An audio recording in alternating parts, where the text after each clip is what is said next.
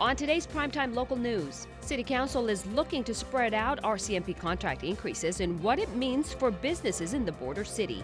If we get that opportunity, we'll certainly take it so that we can minimize the impact on taxpayers all at once. And an unreserved auction for classic currency, a rare coin known as the king to collectors. We finally have got what we call the holy grail of Canadian coins. Plus, the annual Christmas Carol campaign launches today, what it means to thousands of people that need it most.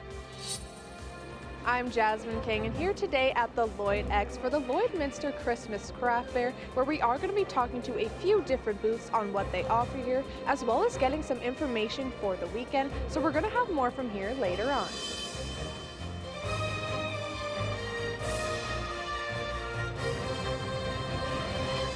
Prime time local news, serving the Lakeland and Midwest regions. Good evening, I'm Judy Gabriel. Among the highlights of the 2020 draft budget process, there's a 2.4 increase in the RCMP contract. It's another unexpected cost that will affect Lloydminster businesses moving forward. Along with the increase, there's additional costs due to back pay from previous years. It's something the city hopes to pay in increments. An RCMP cost increase of 2.4% that we may not be able to stretch out. If we get that opportunity, we'll certainly take it so that we can minimize the impact on taxpayers all at once, but it is something we have to consider in our budget process. Council's hope is that gradual installments allows them to avoid having cut services. We've cut things that we haven't cut for years. As far as ongoing street and sewer and water improvements and those types of things, we're not cutting them completely, but we're limiting the number of things that we're doing just to try and keep this budget in line. We're trying to set a road, and that's to ensure that the financial stability of this community is set so that we're not seeing it up and down as best as we can. This will come under review in the coming weeks, along with the proposed 2.4 tax levy increase. Aside from the draft budget, the other item at Council's GPC meeting this week was the 2020 nonprofit grant program. 10 organizations have applications for this coming year, including the SPCA, Vic Juba Theatre Board, Residents in Recovery, and others in the border city. However, the budget will play a factor in what funds the city can distribute to the nonprofit organizations. The reality is that budgets change from year to year. We're not the only organization in the community that's supported by provincial funding, and unfortunately, we're in a position now where we're seeing less, and less is what's going to be available through that grant process. Groups whose services fall directly under the city's purview will receive initial attention. Which of those services are directly sort of affiliated with us and really are part of the operations that we would need to provide. Decisions on each organization will come after they present their requests in the near future. As we move closer to winter, the risk of flu starts to rise up again. It's most common between December and February, and often from October to November, the flu shot begins to get offered at different locations around the border city. There's a few different tips to help prevent the flu. The common stance by most health professionals is that the flu shot is the best way to avoid contracting the flu. It's the best preventative measure that we have, or most best documented one. In addition to washing your hands, not going out if you're feeling ill so that you don't transfer the flu. This is the only known way that we have, or best evidenced way that we can prepare our body to fight the influenza virus if we encounter it. And over the past few years, flu clinics have started offering nasal sprays for younger children. But this year, the government decided not to offer it as it wasn't as effective as they'd hoped. But Scott Malik says it's not just children that need the shot. Children, people who are pregnant, people with diabetes or heart conditions, or the elderly, they're also at very high risk if they are to get influenza of having complications or hospitalization. So it's actually almost more important that those demographics get it in order to prevent complications coming down the road. If you haven't got it yet, a few places around the border city are offering the flu shot. Sprucewood Pharmacy and other community pharmacies, as well as the Prairie North Health Region, is hosting a few flu clinics. You know that Christmas season is upon us when you see the Salvation Army's red kettles. The annual Christmas Kettle campaign launched nationally today, including here in the border city. Every year around Christmas, the Salvation Army places red kettles around towns and cities for anyone to donate money, which goes back to the Salvation Army so that they can continue to fund their programs in order to help thousands of people every day. The money is used not only at Christmas, a big portion is used at Christmas, but this is the major campaign that we do locally for the funding of our work that we do here in the community. So this money that we raise at Christmas through the kettles, through the mail-out donations that we receive, that supplies us with the needs for the rest of the year. This campaign is one of the biggest fundraisers that the Salvation Army puts on every year. And according to Major Bond Jennings, it means a lot having community support. Support from the community, and a lot of people in the community trust the Salvation Army with how we use the funds that has been entrusted to our care. And so it makes us feel good that people are trusting us that way. It's always good feeling that people support us in this way. Major Jennings has been with the Salvation Army for 34 years and has seen the impact the Salvation Army has had on many people. You feel and you see that some come in that, they really appreciate what you've done for them. The kettles will be located at 6 locations around Lloydminster, including the mall, Lloydminster Co-op, Walmart, Safeway, Superstore, and Sobeys starting on the 29th and will go until December 24th. And if you'd like to volunteer, you can contact the Salvation Army. Today is Saskatchewan Hunting, Fishing, and Trapping Heritage Day, a time to appreciate the land and all the good that comes from it. There are more than 250,000 Saskatchewan residents that participate in some sort of hunting. To celebrate how important hunting is to the community, they wear camouflage. And for Saskatchewan Wildlife Federation, it means a lot to the residents dressing up. And I'll do the dash, gentlemen. We'll see you at 2:30. All right. Thank you, sir. It's awesome.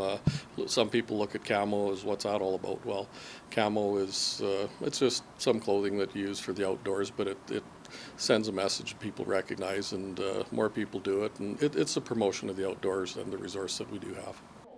Well, hunting isn't just a hobby. Last year, $600 million went towards helping the province. For Mayor Albers, there's a bit of nostalgia from when he was a child, seeing all the people wearing green from head to toe. See you later. Thank you. Thanks. Hunting can be a great experience. People can go out and have a very unsuccessful day of hunting, but have a great day out in the outdoors. And I think that, as one gentleman I used to hunt with from the United States said, it's a great day to see the sun rise and enjoy the day, yet we didn't shoot a thing. The SWF said that they'll continue Camo Day in hopes of this being picked up by other provinces. Wainwright held an unreserved auction for classic currency with a rare coin that dates back to 1921. The rare coin is known by collectors as the King. This historic piece is said to be one of only 75 in Canada. With our experience over time, we finally have got what we call the Holy Grail of Canadian coins, also known as the King of Coins, which is the 1921 50-cent Canadian coin. This was an unreserved auction, meaning that the item is sold to the highest bidder, regardless of the value. The King is estimated to be worth between $30,000 and $50,000. Some might say 55,000, others might say, 53,000, somewhere in that neighborhood. So now it's just a matter of time will tell. Remember that when you sell by auction, the hammer price actually dictates the values. The auction for the King's sale will be on November 22nd in Wainwright. And now we head out to the Christmas fair, where our Jasmine King is on location at the Lloyd X. Thanks, Judy. Now I'm joined here with Alice Pattison at the Christmas Craft Fair here at the Lloyd X. Now you are the president, and this is the 31st year. So can you just talk a little bit about what's going on today? It's a big trade show and craft show. We have approximately 400 vendors. There's a little bit of everything here for everybody. There's some home-based businesses, lots of crafters, some businesses from town. Everybody's here. Yep, it's a big gathering. And now that this has been going on for 31 years, what has been the biggest change for you guys? I think the amount of vendors that we have, I mean, it's grown from probably 50 vendors, maybe 100, all the way up to like we've got over 400 vendors here. And so, yeah, it's really grown over the years, and it's something that people from all over the area look forward to coming out to. They come from all over the place, and they look forward to coming to this every year. And now people aren't too sure what they really are looking for. What would you say are some of the unique things that are offered here? Oh, we got all kinds of unique things. There's painted jewelry, there's paintings, there's jams and jellies and syrups and knitted products, and there's a guy here that has fancy beer can chicken roasters, and there's beauty products. You name it, it's here pretty much. And what are the hours for this weekend? Today we're 10 till 9, tomorrow's 10 till 6, Sunday's 10 till 4. Well, thank you, Alice. And we're going to have more here from the Lloyd X later on. But first, we're going to go back to the studio where Abby's going to take a look at your local weather.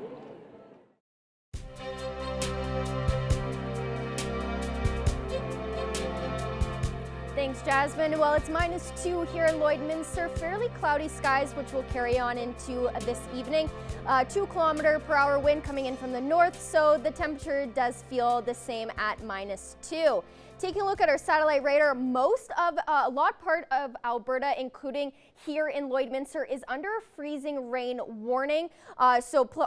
Parts like Lac La Biche, Bonnyville, St. Paul, Vegreville, Vermilion are all under a freezing rain warning, where this evening it'll start sporadically raining, freezing rain, and should die down by midnight around or early tomorrow morning around like maybe 1 a.m. So definitely be cautious about that, as it could be on and off for a few hours into tomorrow morning. Now taking a look at current temperatures right now, -2 also in Cold Lake, -1 in Athabasca and Edmonton, +4 in Red Deer, +3 in Rocky Mountain House, Edson and Whitecourt, and 4 in Jasper. And on the Saskatchewan side, -1 in North Battleford, 1 in Saskatoon, -3 in Meadow Lake and Melfort, and -4 in Prince Albert.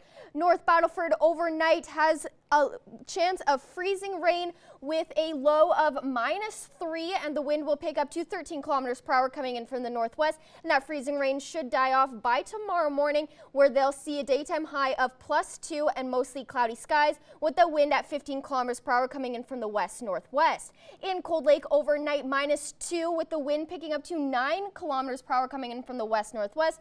And then tomorrow, a daytime high of +1, with the wind picking up even more to 15 kilometers per hour coming in from the west, with mostly cloudy skies. Here in Lloydminster, we are still under that freezing rain warning, so it will sporadically start raining into this evening and hopefully stop by midnight, with a low of -2, and the wind will pick up significantly to 17 kilometers per hour coming in from the northwest. And then tomorrow, a daytime high of +1 with mostly cloudy skies, and the wind will be at 15 kilometers per hour coming in from the west.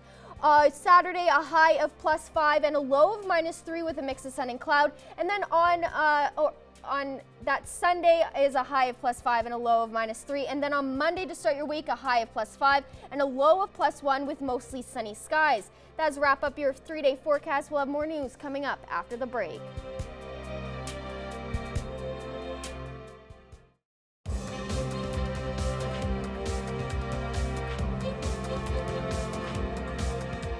The last 7 days saw both Lloydminster High School football teams walk off the gridiron with dominating wins. This weekend, the teams are hoping history can repeat itself. Friday night was fight night for the Holy Rosary Raiders last week. The Raiders defensively stepped up. 24-5 was the final against the previously undefeated Sylvan Lake Lakers. The old adage is defense wins championships, and we feel like we have a championship caliber defense. They've played well every week of the season, and we expect big things out of them again this week. They stepped up when they needed to, and happy with the win. Now, on to the next challenge, the Sturgeon Spirits. The Spirits went 7-2 on the season, and according to Raiders head coach Vince Oreo, they've got athletes. We know that they've got some big playability. The quarterback is a really good athlete, signed by U of A. He runs the ball, throws the ball well, so he's definitely going to be a concern. A few blocks over, the Lloyd Comp Barons are also prepping for their North final matchup. after putting on an offensive clinic, winning 60-14 over Paul Kane. The Barons will have to get set for the Austin O'Brien Crusaders. So we're confident. We've kind of been through this road before, but I know we have a good team coming in here on Saturday, and we're going to have to play well to beat them. The past 2 years have seen the Barons and the Crusaders meet in provincials. The past 2 years, the games have been as close as you can get, with the Barons squeaking out 1-point wins. I think we're confident that we've been through this process and we've done it. We were just here last year, so if we just keep doing the same thing, we'll be fine. Obviously, teams from the city play good competitive games each week, so we know that they're going to be a well-coached team and a well-prepared team, and they'll be ready to go on Saturday. Both the Comp and Holy Rosary will be hosting their games tomorrow. If both teams win, they'll head down south for the Alberta Bowl, hosted this year in Raymond. If all things line up as planned, we could possibly see a Holy Rosary Cochrane final for the 5th straight year. And now to our Abby St. John, who's got the weather.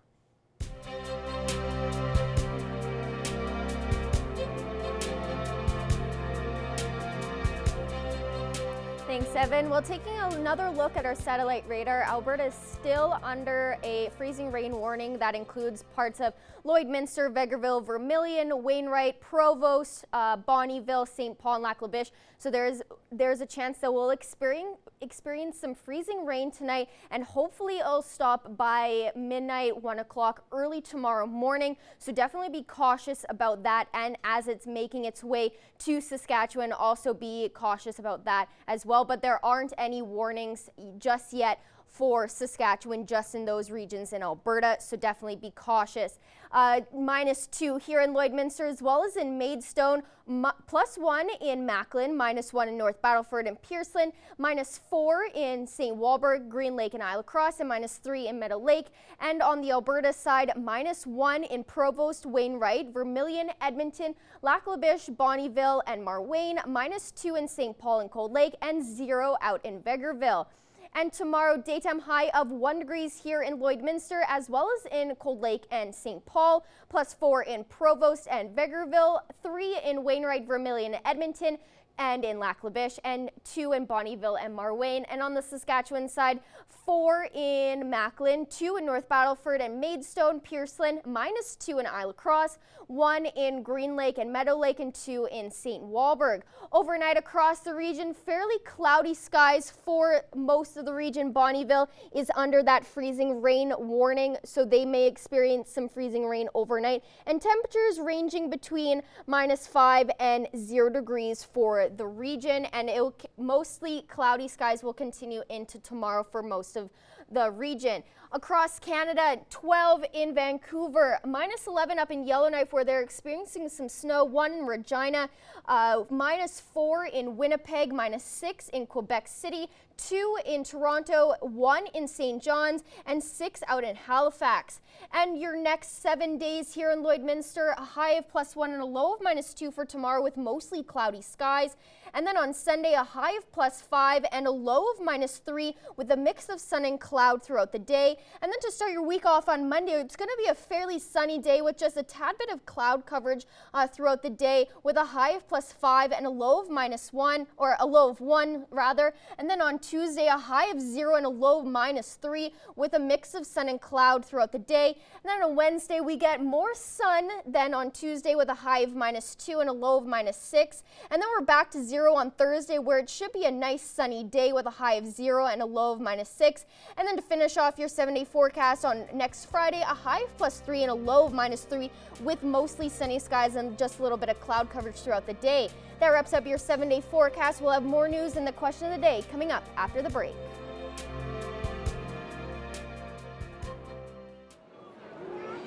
Thanks, Judy. Now we're back here at the Lloyd X at the Christmas Craft Fair, and I'm joined with Charlie King.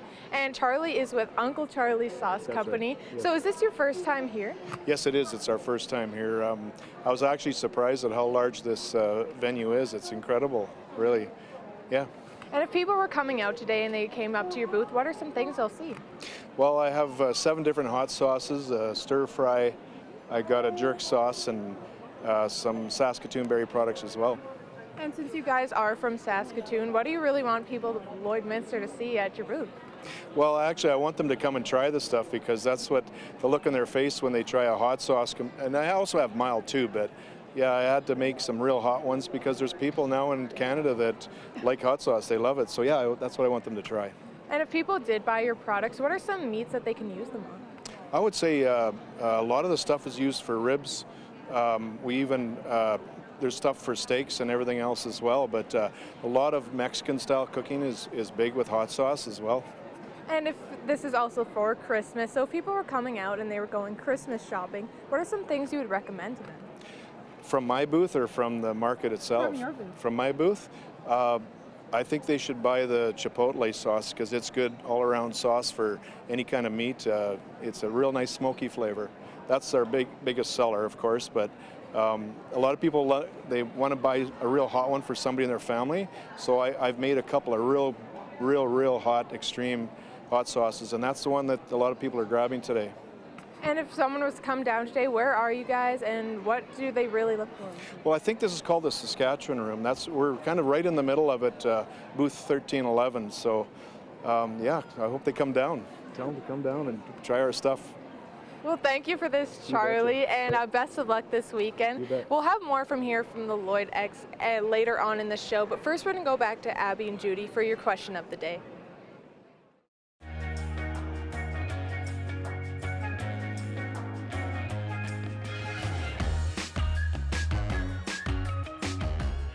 Well, it's getting rough out there for sports athletes and the NFL. Of course, we have the question of the day, and the NFL players expressed shock at Myles Garrett's helmet swing at the Steelers quarterback.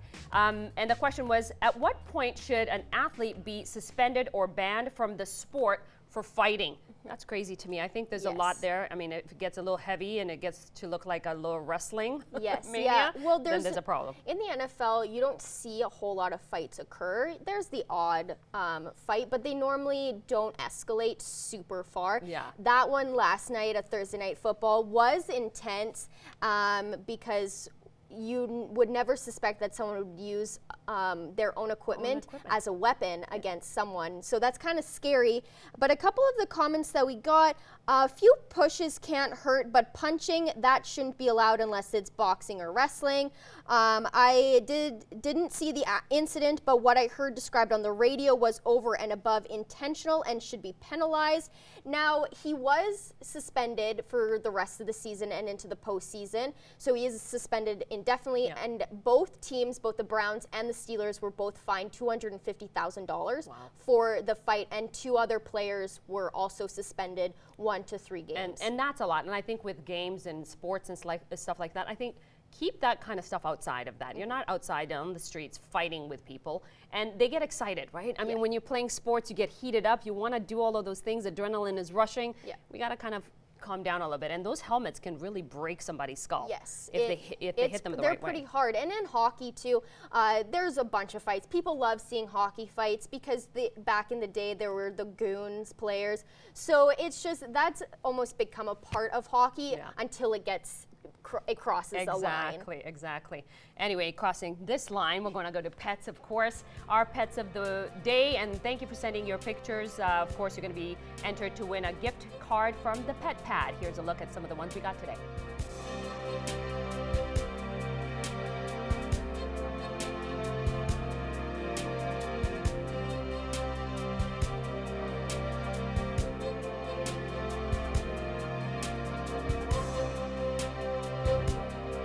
We want to see your pets. Send photos of your pet and their name to our Facebook, Twitter, or Instagram to have them featured on Pet of the Day. Your name will be entered into a weekly draw for a gift certificate from the Pet Pad.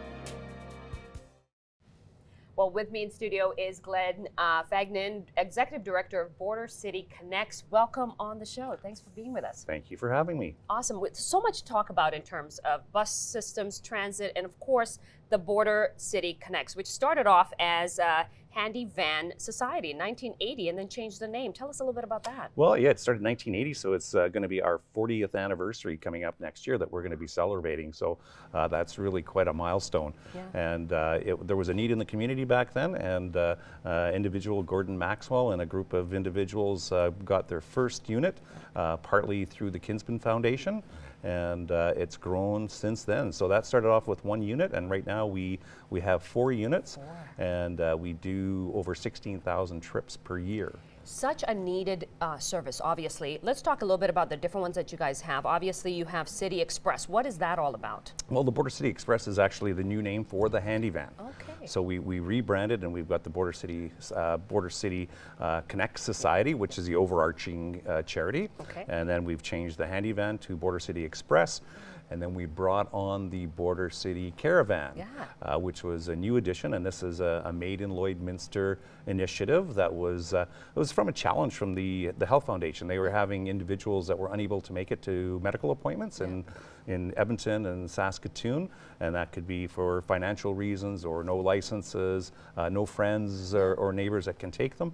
And so this is how we started that initiative. Such an interesting initiative, and I know you guys have a lot of different things very needed here in Lloyd. Obviously, the city shuttle as well too that you have. Is that something different than the Caravan? We call it the Border City Shuttle, and that's actually, all our divisions don't make any money at all. We are a true nonprofit.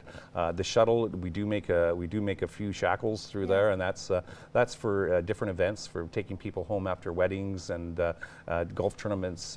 We can take people to Edmonton or Saskatoon for sporting events. So there is so that we do generate some dollars from there, and this is just utilizing one of our wheelchair accessible vans that we've got currently. Yeah.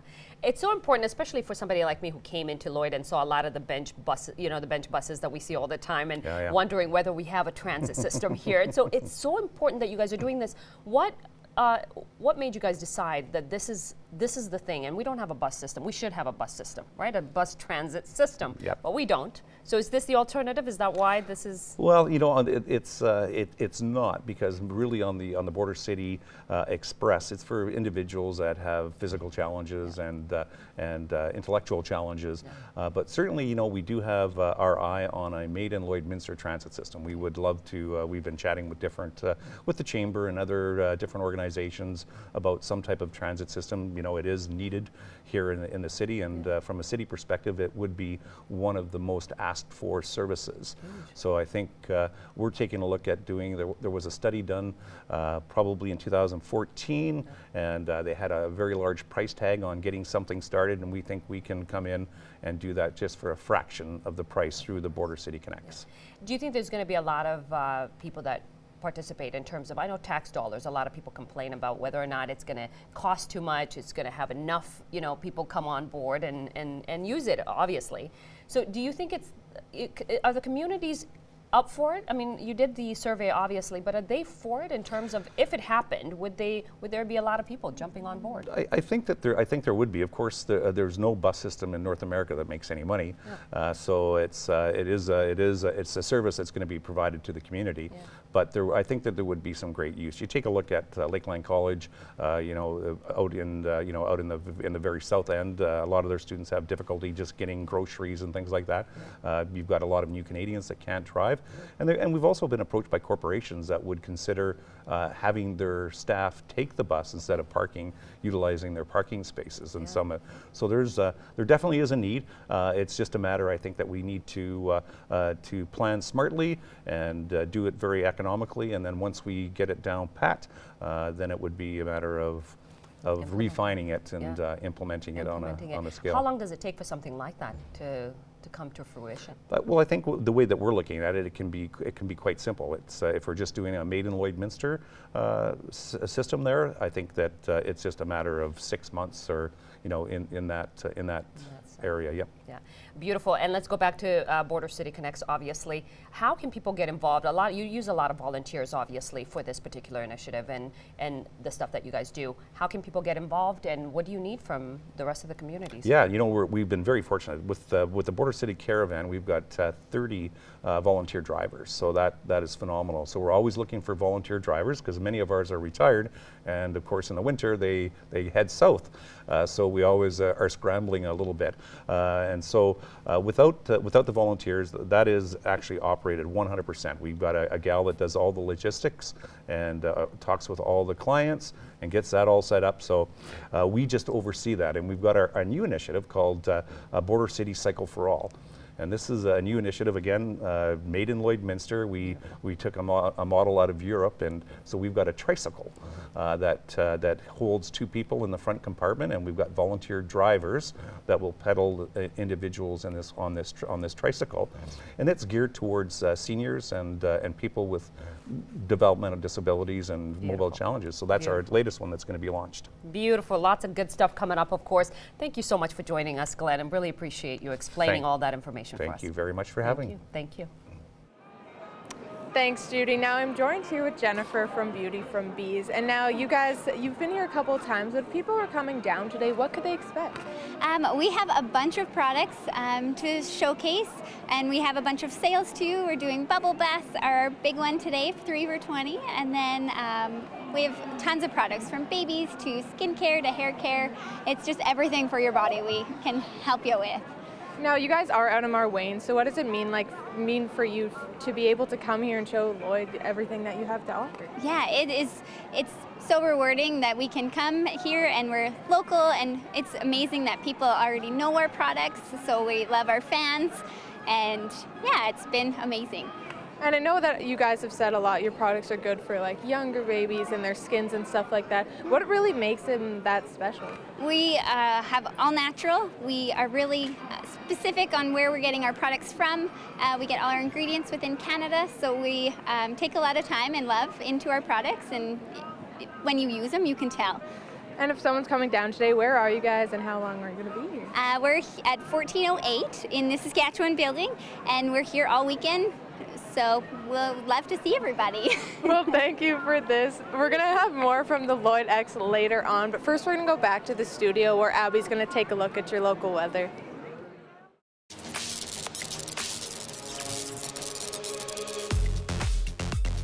It's going to be a busy weekend in Wainwright and area, and you've got an opportunity to take in some great live music when the Wainwright Men's Chorus hosts their Fall Festival of Music. Join them for an evening of entertainment and some special guests. There's going to be a guest performance by the River Hills Chorus. Just head for the theater starting at 7 o'clock on Saturday night. Admission will be a donation, and the donation, a portion of that, will go towards the Wainwright and District Health Foundation, and they're putting that towards a CT scanner. It will be a great night of music on Saturday night in Wainwright. Monday night in Wainwright, you are in for a treat. A renowned fiddler, Scott Woods, and his all-star band are going to be in Wainwright for an old-time Christmas. You get to hear some of your favorite Christmas songs, plus there's going to be some great dancing. There's going to be stories that are going to bring a smile to your face, and you're going to see some trick fiddling. Scott Woods is also known as the Flippin' Fiddler because he has so many tricks up his sleeve, and I'm sure he'll share a few with you when you head out to the show on a Monday night. He's been crowned Canadian Fiddle Champion a couple times, and he's bringing along some special guests, including Naomi Bristow. She is Canada's Yodelin' Cowgirl. If you want to get your tickets, you can stop by Toys and Treasures in Wainwright. You can also call 1-855-Scott Woods. And get your tickets now for Savor, which is taking place in Vermilion next Friday night. It's an opportunity for you to savor and sample different fine beverages and delicious foods as well. Advance tickets only. Just stop by the town office. Well, whatever you choose to do this weekend, I hope you have a great one. I'm Heather Klegus, and that's what's happening.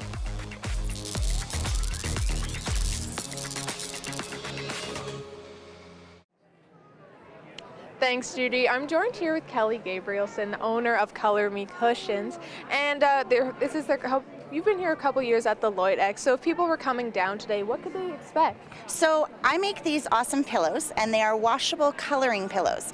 So you color them up with any washable markers, and then you just take the slip off, throw it in the laundry, all the color comes out, and you can color them over and over and over again. And what was really the idea for these? Well, I have 2 nieces, and they both travel between Calgary and Saskatoon a lot, and one of them gets really car sick, so she couldn't watch videos or read or anything like that, but she could color.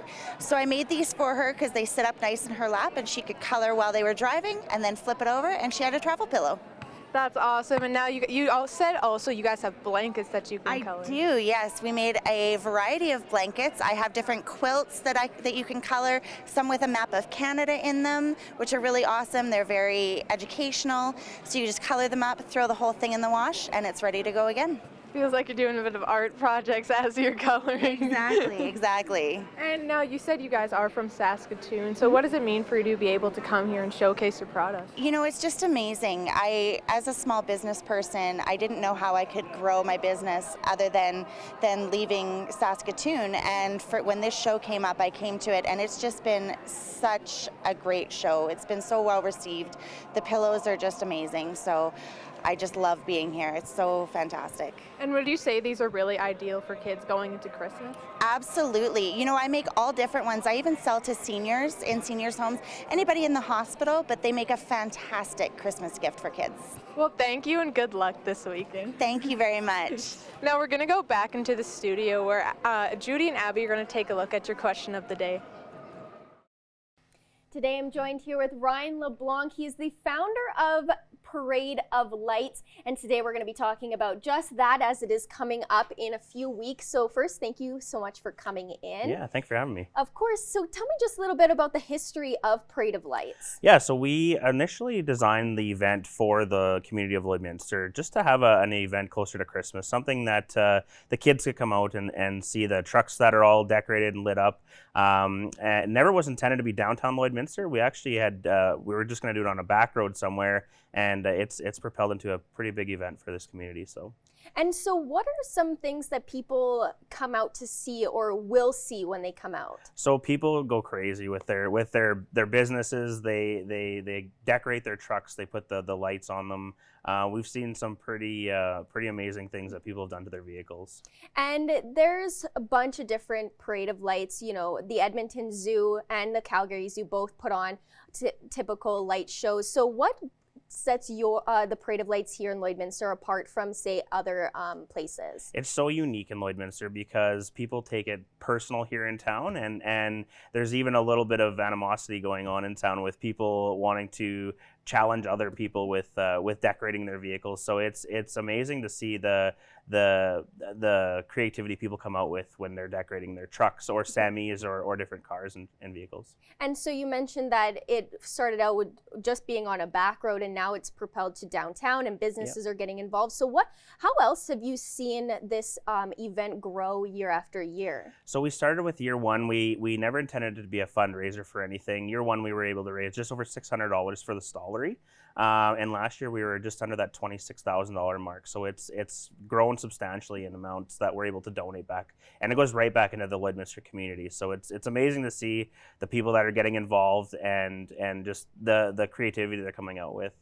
And is the fundraiser always the stallery, or do you try to mix it up every year? No, so we've partnered with the Health Foundation every year here in Lloydminster. So we're trying to keep the funds local. The first year we did it to the stallery in Edmonton. That was year one. This will be year 5. So we're keeping all the money right here in Lloydminster. And so why was that decision made to switch to the partner with the Health Foundation instead of sticking with a different charity? Just because we wanted to keep it in Lloydminster. People are doing their work here in Lloydminster, and we wanted to keep the money in our community. And it's gone back towards our hospital. We were able to purchase Billy blankets for our maternity ward, put some money aside for the pediatric ward that's coming to Lloydminster. So we're pretty excited for the amount that we're able to raise. And if someone has never been to a Parade of Lights here, what will they see, and what should they expect to come out and see? It's amazing to see. Even when they start getting lined up in the parking lot, the amount of work that people put into their floats and their trucks, so when they're decorating them, is amazing. So and even horses, like people they're decorating up their animals, and it's amazing to see, and it brings this community together. So when they line up along the streets, it's pretty amazing to watch everybody parade down the street. And in past years, what has been the craziest light display that you've seen from a business or a truck? They all go together. It's amazing to see, from Agland donating their big combines and tractors to the little cars that people decorate. It's crazy to see what people come up with. It's amazing. And so on the actual day, what is typically the route, or where will people see the lights on display? So we start at 57th Street and Highway 17. We go south to 46th Street and then east over onto 49th Ave, then back up to the Lloyd X. And then immediately following the parade, we have all the festivities going on down at the Lloyd X grounds as well. So, and it's all free to the community. So we don't charge anything for the community. They can come down and enjoy the hot chocolate and the bouncy houses and the games that we might have going on down there. So that was my next question. What sort of events people will expect to see when they go to the Lloyd X? So what has been kind of the feedback that you've received from the community? Obviously, it's become a huge successful event, but what are some of the specific feedback that you've gotten? You know, the first year we had to really go out into the community and advertise the event. Now people are coming to us and wanting to get involved. So it's amazing to see, even in the troubled times in today's economy, how businesses are still wanting to get involved in this community, especially with the Parade of Lights. It's just great to see, especially around Christmas. And again, it's for the kids. People come out, the kids, they can watch the floats and come meet Santa, and it's great to see. And really quickly before we wrap up, just the fine details, when, what time, and again, where it starts and ends. So it's on December 19th. It's a Thursday. It usually lands on the Thursday before Christmas every year. The parade starts at 7 p.m. and we'll start right up at 57th Street and Highway 17, and then followed immediately down at the Lloyd X for all the activities going on down there. All right, well, thank you so much Thank for you. coming in, and I'm sure that this year will be just as successful as years past. Thank you so much. Thank you.